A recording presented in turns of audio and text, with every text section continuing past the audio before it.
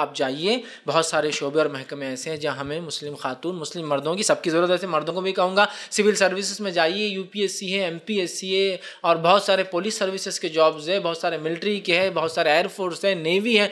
आप जाइए इन तमाम शोबों के अंदर। इसलिए कि एक बात हमेशा याद रखिए, अगर आप वहाँ मौजूद नहीं होंगे तो गलतफहमियाँ ज़्यादा पनपेंगी। आपकी अकेले की मौजूदगी भी बहुत सारा असर रखती है उन महकमे और डिपार्टमेंट में।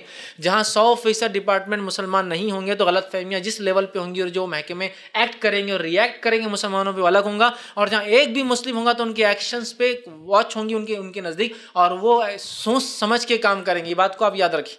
जो लोग डिपार्टमेंट में वो जानते हैं कि बस 100 का डिपार्टमेंट है और एक मुस्लिम है, वो एक मुस्लिम की वजह से फुल स्टॉप रहता है कहीं ना कहीं। समझ रहे हैं आप बात को?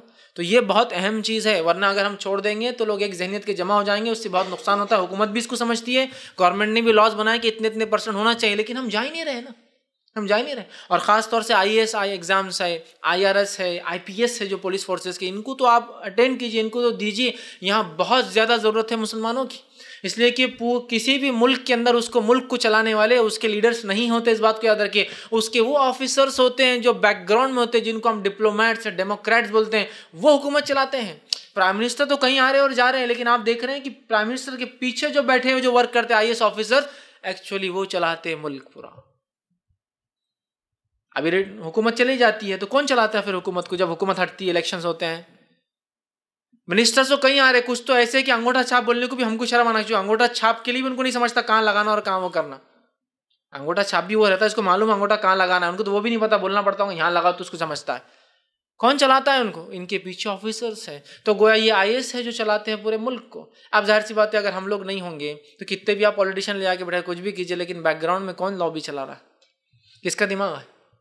जाहिर सी बात है वो हुकूमत चलाते हैं, है ना। बहुत सी बार होता है किसी का मतलब कोई ऑफिसर नहीं, उसका PA चला लेता आधा काम, उसका पर्सनल असिस्टेंट जो होता है। और होता है ऐसे, क्योंकि वो आदमी थक जाता है, बोलता तुम ये कर लो, तुम वो कर लो, और काम होते हैं। तो लिहाजा मैं गुजारिश करूँगा, ज़रूर इन सर्विसेज के एग्ज़ाम, सिविल सर्विसेज में जाइए। MPSC है, UPSC है, मुख्तलिफ शोबे जिसके अंदर IAS है, IRS है, फिर रेलवे के अलग शोबे हैं, उसके बाद मुख्तलिफ और भी सर्विसेज है, पुलिस की सर्विस IPS है, उसके बाद आर्मी सर्विसेज है, नेवी है, एयरफोर्स है, बहुत सारे शोबे। हमें चाहिए कि हम इन चीज़ों को समझें और निकल के आए। हमारे